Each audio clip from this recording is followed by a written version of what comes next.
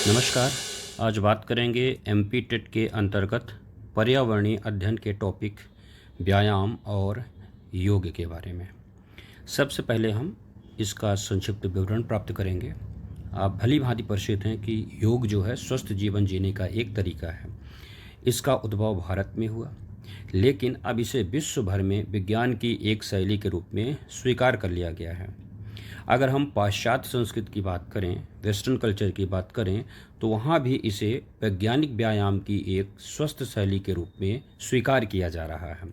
हालांकि इसकी उत्पत्ति कैसे हुई यह अभी स्पष्ट नहीं है। हाँ, उत्पत्ति भारत से हुई यह स्पष्ट है, परंतु यह लंबे समय से चली आ रही प्रक्रिया है, परंपरा है।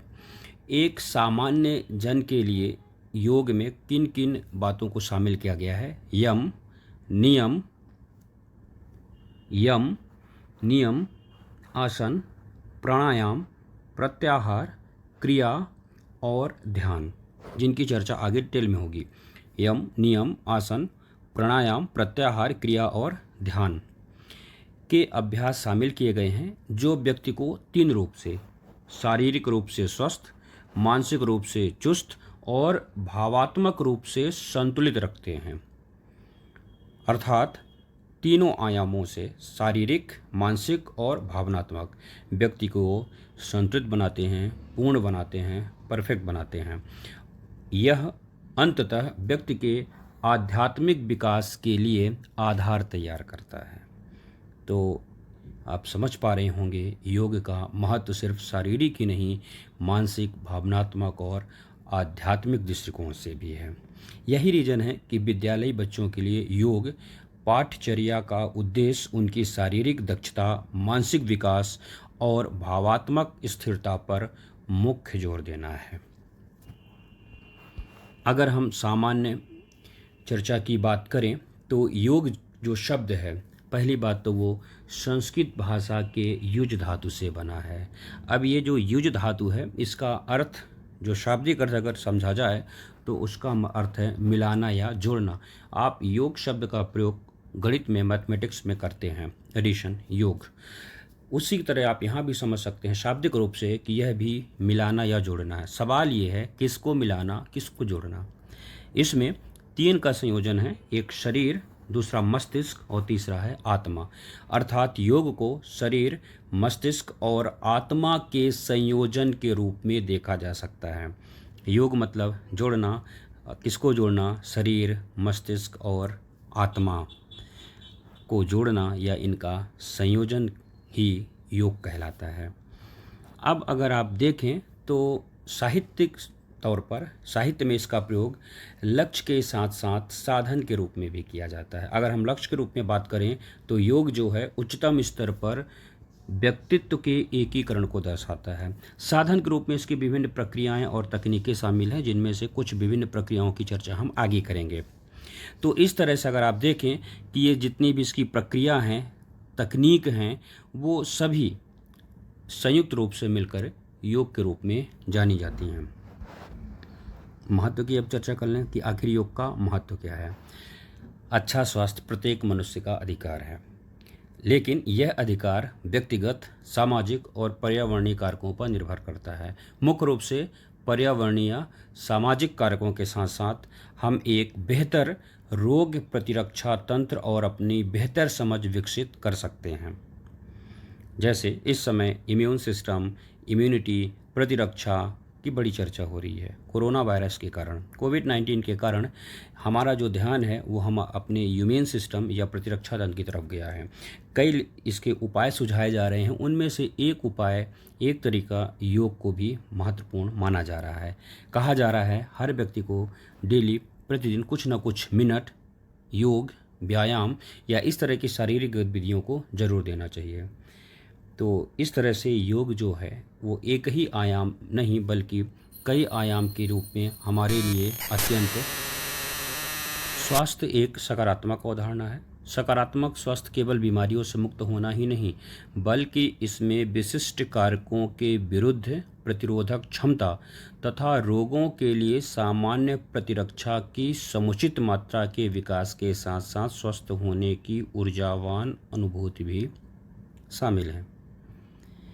महत्वपूर्ण ये है कि हमारा शरीर बीमारियों से लड़ने में कितना सक्षम है, और इसके लिए योग एक महत्वपूर्ण भूमिका निभा सकता है, क्योंकि इसमें अद्भुत क्षमता है। योग जो है उपचार के सर्वाधिक शक्तिशाली और औषध रहित तंत्रों में एक है। मतलब यह उपचार का वह तरीका है जिसमें औषधि का प्रयोग नहीं होता है। शारीरिक स्तर पर योग जो है बल, सहन शक्ति, क्षमता और उच्च ऊर्जा के विकास में मदद करता है।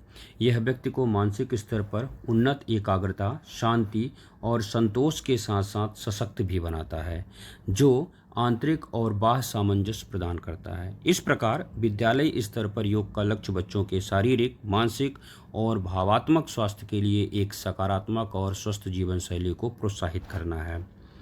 अब अगर हम योग के इतिहास की बात करें तो मैंने पहले ही बताया कि भारत में योग का उद्भव हजारों वर्ष पूर्व हुआ।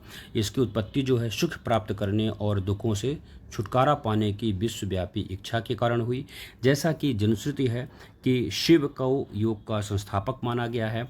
जो हमारी सबसे पुरानी सभ्यता है सिंधु घाटी सभ्यता, वहाँ से भी कई ऐसे साक्ष्य मिले, मुद्राएं मिली हैं, जीवों के अवशेष मिले हैं जो इस बात के संकेत देते हैं कि भारत में योग का प्रचलन था।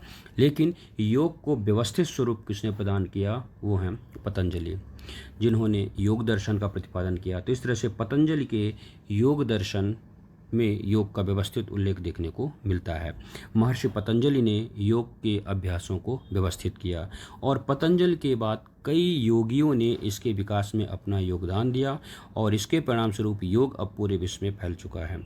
अगर हम इसी तारतम्य में देखें तो 11 दिसंबर 2014 को जब संयुक्त राष्ट्र यूनाइटेड नेशन ने 21 जून को अंतर्राष्ट्रीय योग दिवस घोषित किया। आपको पता है 21 जून को उत्तरी गोलार्ध का सबसे बड़ा दिन होता है। इसी वजह से 21 जून को अंतर्राष्ट्रीय योग दिवस घोषित किया गया और इसे अंतर्राष्ट्रीय योग दिवस के रूप में मनाने या घोषणा करने का जो प्रस्ताव है वो भारत के द्वारा ही रखा गया था और ये भारत की बड़ी उपलब्धि कही जा सकती है। अब अगर हम देखें कि जो हम प्रतिदिन अगर योग का अभ्यास करते हैं तो उसके पीछे प्रमुख हमारा उद्देश्य क्या है, तो योग के अभ्यास की समझ विकसित करना और इस समझ को अपने जीवन और रहन सहन के अनुरूप उपयोग में लाना, बच्चों में स्वस्थ आदतें और जीवन शैली विकसित करना, बच्चों में मानवीय मूल्य विकसित करना, यौगिक अभ्यास द्वारा शारीरिक, भावात्मक और मानसिक स्वास्थ्य विकसित करना। अब इनसे संबंधित कुछ विशेष बातें हैं, योग से संबंधित विशेष बातें और सामान्य बातें हैं। सामान्य चीज़ें आप हमको सबको पता है। अब हम आते हैं प्रमुख जो हमारा इसमें कंटेंट है वो है सामान्य योग अभ्यास कौन कौन से हैं। कई सारे योग अभ्यास हैं, उनमें से जैसे हम उनकी चर्चा करेंगे जो बहुत ही चर्चित हैं। यम, नियम, आसन, प्राणायाम, प्रत्याहार, षटकर्म, मुद्रा, बंध, धारणा, ध्यान। सबसे पहले शुरुआत करते हैं यम और नियम से। ये नियमों की प्रारंभिक नियमावली है जो हमारे व्यक्तिगत सामाजिक जीवन में हमारे व्यवहार से सरोकार रखती है। यह नैतिकता और मूल्यों से भी संबंधित है। तो यम और नियम आप समझ गए, नियमों की एक श्रृंखला है। मतलब योग के लिए जिन नियमों का पालन करना अनिवार्य होता है, कुछ बेसिक्स होते हैं, तो उन सबसे संबंधित बातें हैं। अब दूसरा है आसन। आसन का मतलब है एक विशिष्ट मुद्रा में बैठना, वह मुद्रा जो आरामदेह हो और जिसे लंबे समय तक स्थिर रखा जा सके। आसन शारीरिक और मानसिक दोनों स्तरों पर स्थायित्व और आराम देते हैं। आसन का अभ्यास करने के लिए कुछ दिशा निर्देश भी है। आसन या तो खड़े होकर, बैठकर, पेट के बल व कमर के बल लेटने के अनुक्रम में लाए जाते हैं। हालांकि इसका अलग अलग जगह पर प्रयोग अलग अलग क्रम में हो सकता है। आसनों को शरीर और श्वास की जानकारी के साथ करना चाहिए। श्वास और शरीर के अंगों की गति के मध्य समन्वय होना चाहिए। सामान्य नियम के रूप में शरीर के किसी भाग को ऊपर उठाते समय, जब हम शरीर के किसी भाग को ऊपर उठा रहे हैं तो श्वास को अंदर भरें और जब नीचे ला रहे हो तो श्वास को बाहर छोड़ें। ये सामान्य नियम है। फिर अभ्यास करने वालों को सभी निर्देशों का पालन ईमानदारी से करना चाहिए और पूरे ध्यान के साथ अभ्यास करना चाहिए।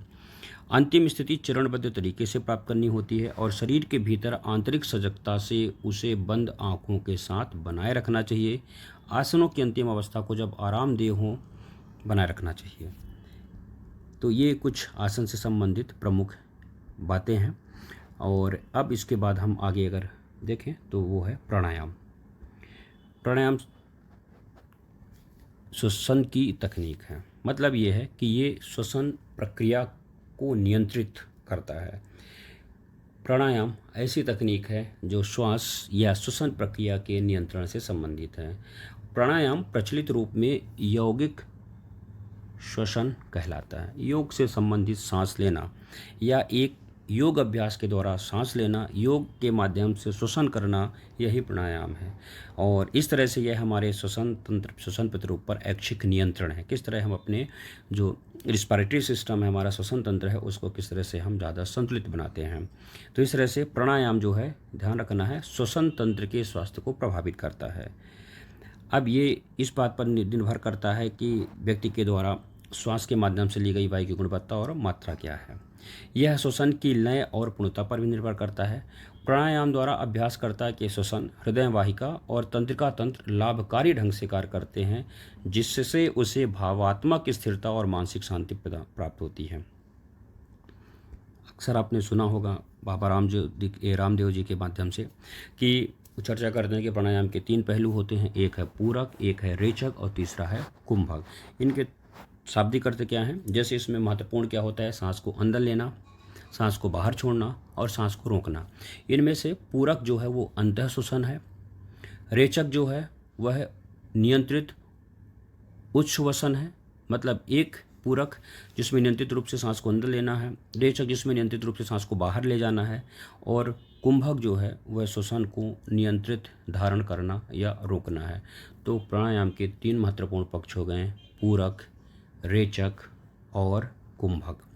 एक का संबंध अंतः श्वसन से है, एक का संबंध बाह्य श्वसन से है, और एक का संबंध जो है श्वास को धारित करने से, उसको रोकने से है।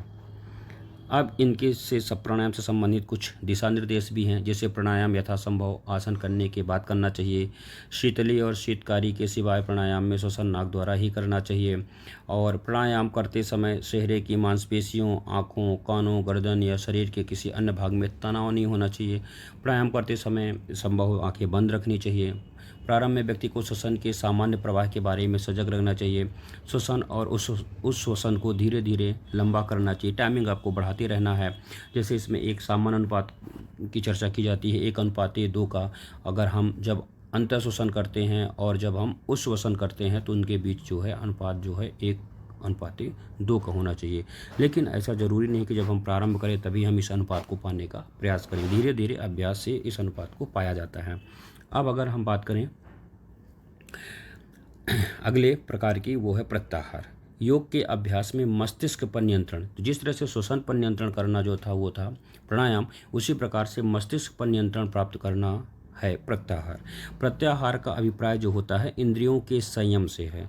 हम अपनी जो हमारी इंद्रियां हैं, आप इंद्रियों के बारे में जानते हैं, आँख, कान, नाक, जीभ और त्वचा, इन इंद्रियों के संयम से है। प्रत्याहार में ध्यान को बाह्य वातावरण के विषयों से हटाकर अंदर की ओर लाया जाता है। आत्मनिरीक्षण, अच्छी पुस्तकों का अध्ययन कुछ ऐसे अभ्यास हैं जो प्रत्याहार में मदद कर सकते हैं। अब हम आगे बढ़ें और बात करें बंध और मुद्रा की। तो ये ऐसे अभ्यास हैं जिनमें शरीर की कुछ अर्ध स्वैच्छिक और अनैच्छिक मांसपेशियाँ, मतलब जैसे कि मान लीजिए अनैच्छिक में जैसे वो अंग जिन पर हम सामान्य रूप से नियंत्रण नहीं करते हैं, इन पर नियंत्रण करने का प्रयास किया जाता है। ये अभ्यास स्वैच्छिक नियंत्रण को बढ़ाते हैं और आंतरिक अंगों को स्वस्थ बनाते हैं। अब हम अगर देखें जो अगला प्रकार है षटकर्म क्रिया या शुद्धिकरण अभ्यास। षटकर्म का अर्थ है 6 प्रकार के कर्म या क्रिया। षट मतलब 6, कर्म मतलब क्रियाएं। यहाँ क्रिया का अर्थ कुछ विशिष्ट कार्यों से है। षटकर्म जो है शुद्धिकरण प्रक्रिया है, जो शरीर के विशेष अंगों से विजातीय तत्व, मतलब जैसे मान लीजिए प्रदूषित जो तत्व हैं, पदार्थ हैं, उनको बाहर निकालकर शुद्ध करती है। और शुद्धिकरण शरीर और मस्तिष्क को स्वस्थ रखने में मदद करती है। अगर हम देखें तो शुद्धिकरण की जो प्रक्रियाएं हैं उनके अंतर्गत 6 प्रक्रियाओं को या 6 भागों को शामिल किया जाता है। ये ध्यान रखना है। 6 शुद्धिकरण प्रक्रियाएं हैं। नेति, धौति, बस्ति, त्राटक, नौली और सबसे चर्चित कपालभाति। तो इस तरह से कपालभाति अक्सर आपने सुना होगा, वही रामदेव जी के माध्यम से अक्सर चर्चा में रहता है, न्यूज़ चैनल हो या फिर अन्य माध्यम देखें तो इनमें से जो 6 शुद्धिकरण की प्रक्रियाएं हैं उनमें से कपालभाति है। मतलब ये ध्यान रखना है कि कपालभाति जो है शुद्धिकरण प्रक्रिया का भाग है। कपालभाति जो है षटकर्म क्रिया का भाग है। षटकर्म के अंतर्गत जो 6 शुद्धिकरण प्रक्रियाएं हैं उनमें कपालभाति भी शामिल है। नेति, धौति, बस्ति, त्राटक, नौली और कपालभाति। जल, वायु या शरीर के कुछ अंगों के जोड़ तोड़ से इनका लाभकारी उपयोग आंतरिक अंगों या तंत्रों को साफ करने हेतु किया जाता है। इन क्रियाओं के अभ्यास के लिए कुछ दिशा निर्देश हैं, जैसे कि क्रियाएं खाली पेट करनी चाहिए अतः बेहतर हो कि हम इन्हें प्रातःकाल करें। फिर क्रियाएं किसी विशेषज्ञ की देखरेख में की जानी चाहिए जिनको इनके बारे में संपूर्ण जानकारी हो। प्रत्येक क्रिया करने का एक विशिष्ट तरीका है कि कब को सांस अंदर लेना है, कब सांस बाहर करना है, किस आसन में बैठना है। तो प्रत्येक क्रिया करने का एक विशिष्ट तरीका है, उससे सुनिश्चित रूप से ठीक उसी प्रकार करना चाहिए। विभिन्न वस्तुएं जैसे जल, नमक, वायु प्रत्येक क्रिया में उपयोग में लाए जाते हैं। अब हम बात करें ध्यान।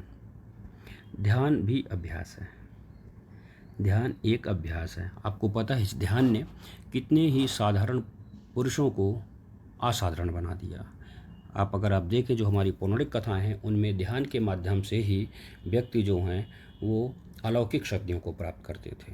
तो ध्यान एक अभ्यास है जो शरीर तथा मन को एकाग्रचित करने में सहायता करता है। ध्यान में एक कोई भी वस्तु चाहे नाक का अग्रभाग हो या भूमध्य हो, उन पर अधिक समय तक ध्यान केंद्रित किया जाता है। यह व्यक्ति में स्वस्थ होने की भावना विकसित करती है और स्मरण शक्ति एवं निर्णय लेने की क्षमता को बढ़ाती है।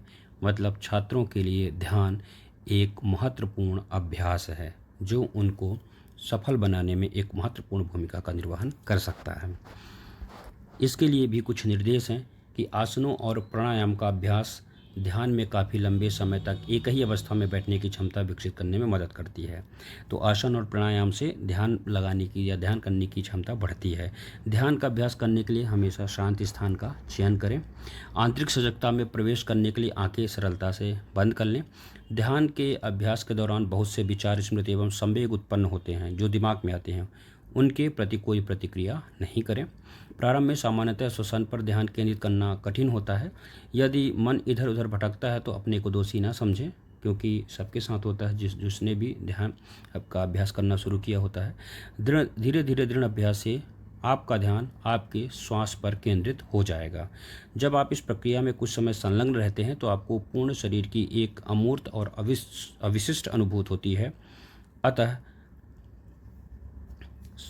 संपूर्ण शरीर की सजगता के साथ ध्यान को जारी रखें। किसी कठिनाई में श्वसन की सजगता में लौट जाएं। तो ये ध्यान से संबंधित दिशा निर्देश हैं। अब महत्वपूर्ण ये भी है कि हमको स्वस्थ रहने के लिए कौन कौन से उपयोग हमको अपने दिनचर्या में शामिल करने चाहिए। तो इनसे संबंधित कुछ महत्वपूर्ण जो योग हैं, जो क्रियाएं हैं, उनकी चर्चा